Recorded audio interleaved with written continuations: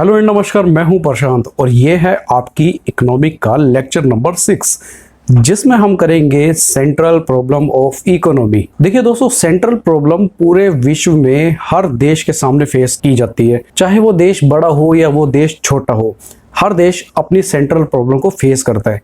Central problem होती है what to produce, how to produce and for whom to produce. अब what to produce में तो हर देश को ये डिसीजन लेना पड़ता है कि उसके जो नागरिक हैं उसके लिए कौन सी वस्तु पहले बनाई। नेसेसरी गुड्स जैसे फूड, क्लॉथ्स, इस तरह के आइटम बनाई जाए। लग्जरी गुड्स जैसे कार, एयर कंडीशनर, फ्रिज, इस तरह की गुड्स बनाई जाए, या फिर डिफेंसिव गुड्स बनाई जाए ताकि देश भी सुरक्षित रहे। तो दोस्तों, हाउ टू प्रोड्यूस में हर कंट्री देखती है कि हमको अपने देश में जो भी हम अपनी गुड्स बनाएंगे वो किस तरीके से बनाएंगे। लेबर का ज़्यादा यूज़ करेंगे या बड़ी बड़ी मशीनों का ज़्यादा यूज़ करेंगे। और तीसरा नंबर पर आता है फॉर whom टू प्रोड्यूस, यानी कि गुड्स किसके लिए बनाई जाए, रिच के लिए बनाई जाए या पुअर लोगों के लिए बनाई जाए। तो दोस्तों, आज के लेक्चर में हम इसको समझेंगे कि what to produce, how to produce, for whom to produce को किस तरीके से एक इकोनॉमी में सोल्व किया जाता है। तो चलिए शुरू करते हैं आज का लेक्चर। दोस्तों, आपका लेक्चर नंबर है 6, क्लास नंबर 2, कॉन्सेप्ट नंबर 2, जिसमें हम करेंगे सेंट्रल प्रॉब्लम ऑफ इकोनॉमी। तो सबसे पहले देख लेते हैं कि हमने क्या क्या टॉपिक कवर कर लिए। चैप्टर 2 में पहला टॉपिक था what is an economic problem. इस चैप्टर की पहली क्लास में हमने इसको कवर कर लिया था। अब हम central problem of economy class number 2 में कवर करने जा रहे हैं। तो देखिए, एक बात को गौर से समझिए। इकोनॉमी का मतलब होता है अलग अलग देशों की इकोनॉमी। इकोनॉमी वर्ड एक मैक्रो इकोनॉमिक से आए वो वर्ड है। तो हम गौर करेंगे कि किसी भी देश में सेंट्रल प्रॉब्लम्स क्या होती है, क्या वहाँ की गवर्नमेंट सोचती है अपने सिटीजन्स के लिए। तो किसी भी देश की 3 इकोनॉमिक प्रॉब्लम होती है: what to produce, how to produce, for whom to produce. इस क्लास में हम इन 3 प्रॉब्लम्स के बारे में बात करेंगे। अब देखिए, कोई भी देश कहेगा कि हम क्या बनाए, क्या हमारे लिए सबसे ज़्यादा इम्पोर्टेंट है। तो सबसे पहले तो बात इसी पे आ जानी चाहिए कि क्या बनाए, क्योंकि अब उसको कैसे बनाए, किसके लिए बनाए, वो तो बाद में डिसाइड होगा। पहले ये पता कीजिए कि क्या बनाए। देखिए, आप इंडिया में रहते हैं तो सबसे अच्छा एनालिसिस आपको इंडिया में ही मिलेगा। इंडिया में सबसे पहले मैटर करती है सिक्योरिटी। कहेंगे कैसे, सिक्योरिटी क्यों इतनी ज़्यादा मैटर करती है?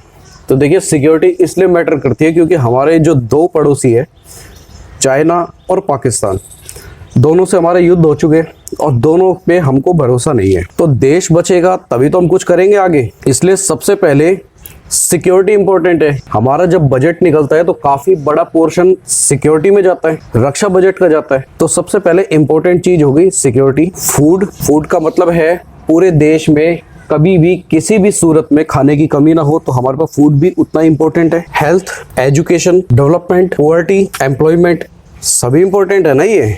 अब जब आपके सामने इकोनॉमिक प्रॉब्लम आएगी तो आप सबसे पहले अपने जो भी साधन है सिक्योरिटी पे ज़्यादा डालेंगे, फूड में ज़्यादा डालेंगे, हेल्थ में ज़्यादा डालेंगे, एजुकेशन में ज़्यादा डालेंगे। अगर आपको अपनी इकोनॉमी चलानी है तो आपको इन सभी वांट्स पर लिमिटेड रिसोर्स का यूटिलाइजेशन करना है ना। तो इसीलिए हम पढ़ेंगे कि व्हाट टू प्रोड्यूस, हम इनमें से किसको प्रोड्यूस करें, कितना करें, किसके लिए करें, और हम इसका सॉल्यूशन भी निकालेंगे। ये सिर्फ एक क्वेश्चंस ही नहीं है, ये सभी क्वेश्चन है, इनका आंसर भी देंगे। सबसे पहले तो हम अपने इन क्वेश्चन को डिफाइन करेंगे कि ये क्वेश्चन है क्या। सबसे पहले हम लिखेंगे व्हाट टू प्रोड्यूस। तो व्हाट टू प्रोड्यूस के बारे में लिखेंगे कि एक देश अपनी सभी जरूरतों को पूरा नहीं कर सकता क्योंकि उसके पास लिमिटेड रिसोर्सेज होते हैं। एक country can not produce all goods because it has limited resource. इसलिए हमको ये सभी चीज चाहिए। तो हम इनके अंदर चॉइसेस बनाएंगे कि कितना पैसा हम सिक्योरिटी में डालें कि देश हमारा सिक्योर रहे,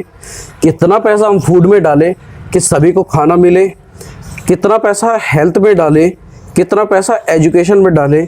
अब अगर ये 4 चीजें नेसेसरी हो गई तो डेवलपमेंट पे आपको कम पैसा मिलेगा। एक देश अपने बजट का कम हिस्सा डेवलपमेंट पे खर्च करेगा अगर उसका बहुत ज्यादा पैसा सिक्योरिटी पे गया। मान के चलिए दोस्तों, अगर हमारे पड़ोस में पाकिस्तान और चाइना की जगह स्विट्जरलैंड और डेनमार्क, स्वीडन, फिनलैंड, इस तरीके के देश होते तो आज हमारी सूरत बिल्कुल अलग होती। हमको सिक्योरिटी पे अमाउंट खर्चना ही नहीं पड़ता, हमारा ज्यादा से ज्यादा अमाउंट फूड पे, हेल्थ पे, एजुकेशन, डेवलपमेंट, पॉवर्टी, एम्प्लॉयमेंट, इस पे जाता। आज के टाइम में हमारा बहुत बड़ा पोर्शन सिक्योरिटी पे खर्च होता है। तो लिखेंगे कि हर देश को एक चॉइस करनी पड़ती है कि वो किस तरह की गुड्स और सर्विस को चुनेगी। It has to make a choice between different goods and services. इसलिए हर इकोनॉमी को ये चुनना चाहिए कि वो क्या गुड्स और सर्विस प्रोड्यूस करेंगे। Every economy has to decide what goods and service should be produced. चलिए मैं अगर किसी किसान से कह देता हूँ आपको सिर्फ फूड उगाना है, तो वो क्या करेगा?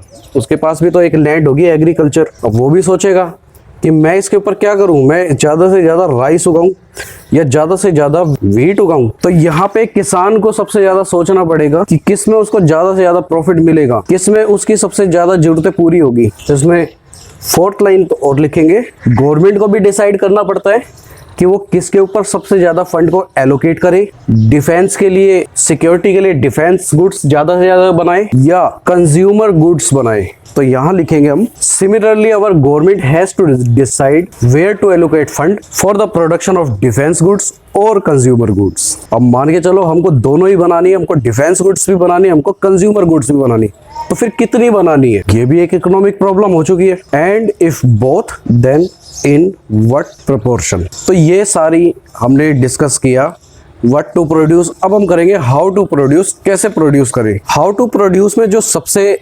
इम्पोर्टेंट जो प्रॉब्लम आती है वो है कि हम उसको बनाए कैसे। अब ये तो वो प्रॉब्लम आ गई कि हम किसी भी चीज को प्रोड्यूस तो कर लेंगे, लेकिन प्रोड्यूस करें कैसे, उसकी क्या टेक्निक होनी चाहिए। This problem refer to the choices of technique of production. अब दोस्तों मान के चलिए किसान है, अब किसान को खेती करनी है, उसके पास ट्रैक्टर है, उसके पास जो भी छोटे मोटे साधन है वो उससे खेती कर लेगा। यहाँ तो प्रॉब्लम है ही नहीं कि किसान को क्या करना चाहिए क्या नहीं करना चाहिए। प्रॉब्लम तब आती है जब आपके पास एक से ज्यादा टेक्निक हो। अब एक से ज्यादा टेक्निक क्या हो सकती है? पहले हम लिखेंगे, it arises when there is an availability of more than one way to produce goods and service. Production technique क्या हो सकती है? एक तो होती है लेबर इंटेंसिव टेक्निक, दूसरी होती है capital intensive technique. Labour intensive technique में ज्यादा से ज्यादा लेबर का यूज होता है और कैपिटल इंटेंसिव टेक्निक में ज्यादा से ज्यादा मशीनों का यूज होता है। अब आपने देखा होगा कुछ चीजें, जैसे रशिया से हम हथियार खरीदते हैं, हमारे अमेरिका से हथियार आते हैं, तो उनके हथियार हमारे हथियार के कंपेयर में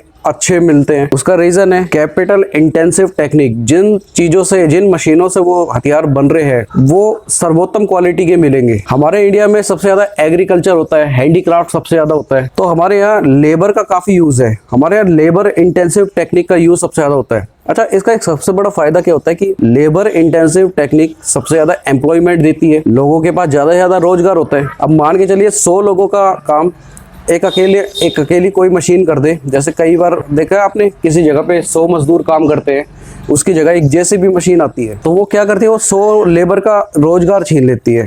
तो कुछ जगह गवर्नमेंट को ऐसा देखना पड़ता है कि हमको लेबर का यूज करना चाहिए क्योंकि रोजगार भी मिले। तो यहाँ लिखेंगे लेबर इंटेंसिव टेक्निक को ज्यादा से ज्यादा एम्प्लॉयमेंट को प्रमोट करने के लिए यूज किया जाता है, और कैपिटल इंटेंसिव टेक्निक ग्रोथ और एफिशिएंसी के लिए यूज की जाती है। इसका रीजन बताता हूँ। लास्ट मैंने क्लास में जो एग्जांपल कराया था, जब एक बच्चे ने अपनी मम्मी से जिद कर ली थी कि मुझे फ्रेंच फ्राइज खानी है, मुझे पिज्जा खानी है, मम्मी ने उसे फ्रेंच फ्राइज बना के दी, लेकिन वो उतनी अच्छी क्वालिटी की नहीं बनी जो मैकडी की बनती है।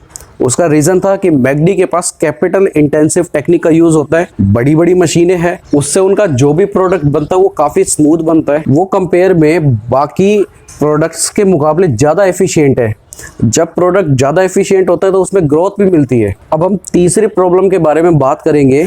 तीसरी आपकी प्रॉब्लम है फॉर वूम टू प्रोड्यूस। तो ये काफी अच्छा क्वेश्चन है किसी भी इकोनॉमी के लिए, क्योंकि हर इकोनॉमी में उसकी जो जनता है उसको डिसाइड कर लेना चाहिए कि उसके लिए क्या ज्यादा इंपॉर्टेंट है। क्योंकि एक सोसाइटी अपने सभी लोगों की जो वांट्स है उसको सेटिस्फाई नहीं कर सकती, तो सोसाइटी को खुद ही डिसाइड कर लेना चाहिए कि कितनी क्वांटिटी में कोई चीज बननी चाहिए। The society can not satisfy all the wants of all people, therefore it has to decide who should get how much of total output of goods and service। तो ये सोसाइटी को खुद डिसाइड करना चाहिए कि फौजियों के हाथ में गन्स होगी या आपके बच्चे के लिए ज्यादा से ज्यादा स्कूल्स होंगे। दोस्तों मुझे काफी दुख होता है ये बताते हुए कि अभी यूक्रेन और रशिया का जो युद्ध हुआ था, उसमें अगर उनकी सेना अच्छी सशक्त होती तो उनके जो स्कूल्स थे उनको बॉम्ब से न उड़ाया जाता। अब रशिया ने गलत किया सही किया ये इस लेक्चर का पॉइंट ऑफ व्यू नहीं है, लेकिन अगर उनके जो साधन है वो ठीक तरीके से उनकी सेना को स्ट्रांग बनाते तो उनके काफी जो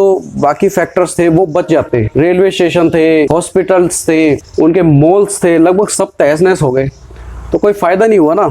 इसलिए हमारे देश में सिक्योरिटी को सबसे ज्यादा पहले प्रेफरेंस दी जाती है। तो सोसाइटी को देखिए खुद डिसाइड करना चाहिए कि उनको क्या करना है क्या नहीं करना है। अब सोसाइटी को ही चुनना चाहिए कि उन्हें लग्जरी गुड्स चाहिए या उन्हें नॉर्मल गुड्स चाहिए। Society has to make choice of whether luxury goods और normal goods have to be produced. This distribution of proportion directly relates to the purchasing power of economy. काफी important point है purchasing power, निशान लगा लीजिए इस पे। आपने कभी गौर किया है, आप कभी हॉलीवुड की मूवीज देखते हैं, वॉक्सवैगन, शेवरले, इस तरीके के काफी जो कार कंपनीज हैं उनकी काफी सॉलिड कार आपको नॉर्मली यूरोपियन और यूएसए जैसे देशों में देखने को मिल जाती है।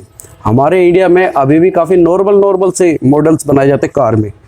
उसकी सबसे बड़ी वजह होती है कि हमारी जो परचेजिंग पावर है उसके अकॉर्डिंग ही हमको मारुति सुजुकी या जो भी फोर्ड या जो भी कंपनीज चल रही है वो हमको उसी हिसाब का मॉडल बना के देती है जो हमारी परचेजिंग पावर है। परचेजिंग पावर काफी इम्पैक्ट करती है कि किसके लिए क्या बनाया जाए। तो दोस्तों हमारा लेक्चर आज के लिए इतना ही है। आज हमने सेंट्रल प्रॉब्लम कवर कर ली है। नेक्स्ट क्लास में हम करेंगे टाइप ऑफ इकोनॉमी और सॉल्यूशन ऑफ सेंट्रल प्रॉब्लम, यानी कि कितने तरह की इकोनॉमी होती है और वो अपनी इस तरह की सेंट्रल प्रॉब्लम को कैसे सॉल्व करती है। इसमें आपको काफी कुछ दूसरे देशों के बारे में भी जानने को मिलेगा। तो दोस्तों मिलेंगे नेक्स्ट क्लास में। खुश रहिए, पढ़ते रहिए, बढ़ते रहिए। This is Prashant Kumar, sign of.